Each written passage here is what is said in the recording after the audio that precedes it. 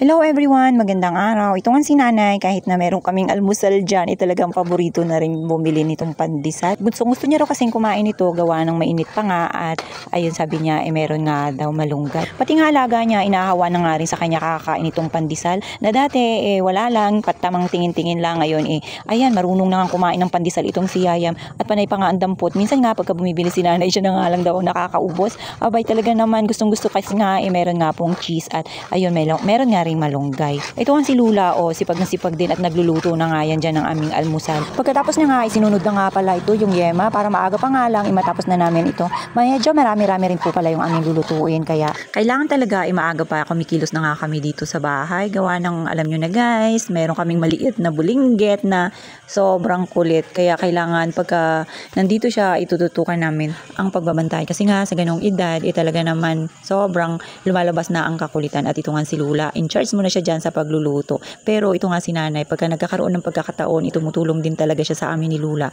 dito sa pagluluto dahil nga alam niya naman na talagang mahirap din dito guys. Lalo na pagka sobrang tagal mo sa apoy, abay talaga namang sobrang init sa katawan. At ito nga, si nanay, tingnan nyo nga guys, nagsasampay na. Nakanakaw na naman siya ng oras guys. Ganyan yan si nanay. Sabi ko nga sa kanya, i-focus lang siya dun sa kanyang alaga. At pagka nakikita niyang naaliw yung kanyang alaga, ayan, naghahanap siya ng ibang magagawa dahil nga guys, sabi niya, parang hindi siya mapalagay pagka yung nakaupo lang siya dahil nga sanay na sanay siya sa trabaho. At sabi niya nga, parang inaantok nga daw siya pagka puro upo lang yung kanyang ginagawa. Kasi minsan nga guys, yung alaga niya talagang nagsiselfone na rin at hindi na rin maiwasan at pinagbibigyan niya nga rin. Pero yun guys, may oras kaya hindi po pwedeng nakababad talaga. Alam niyo naman yung mga bata, di ba? Pag napagbigyan at nagustuhan nila, talagang tuloy-tuloy na. At ito nga pala, nagluto na rin pala to si Lula ng At habang nagluluto nga si Lula dyan, tingnan nyo nga guys, may batang bulinggit na nakasilip. Tinitignan niya kung anong niluluto nitong si Lula. Buti na nga lang, bumalik kasi nga itong si Lula kanina guys, umuwi. At akala ko nga hindi na babalik. At yan, nagulat na nga lang kami. Ayan na siya dahil nga tutulong daw pala siya sa amin sa pagluluto. At yan, tapos na nga pala sila. Nakapagluto na itong si Lula para sa aming almusal. At yan na nga, nakadisplay na guys. Pambenta pala, ito yung niluluto ni Lula.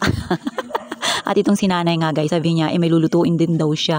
At hindi lang nga siya nakakabili ng mga ingredients. Kaya yun nga inaantay ko, sabi niya nga, masarap daw yun. Ano kaya yun guys?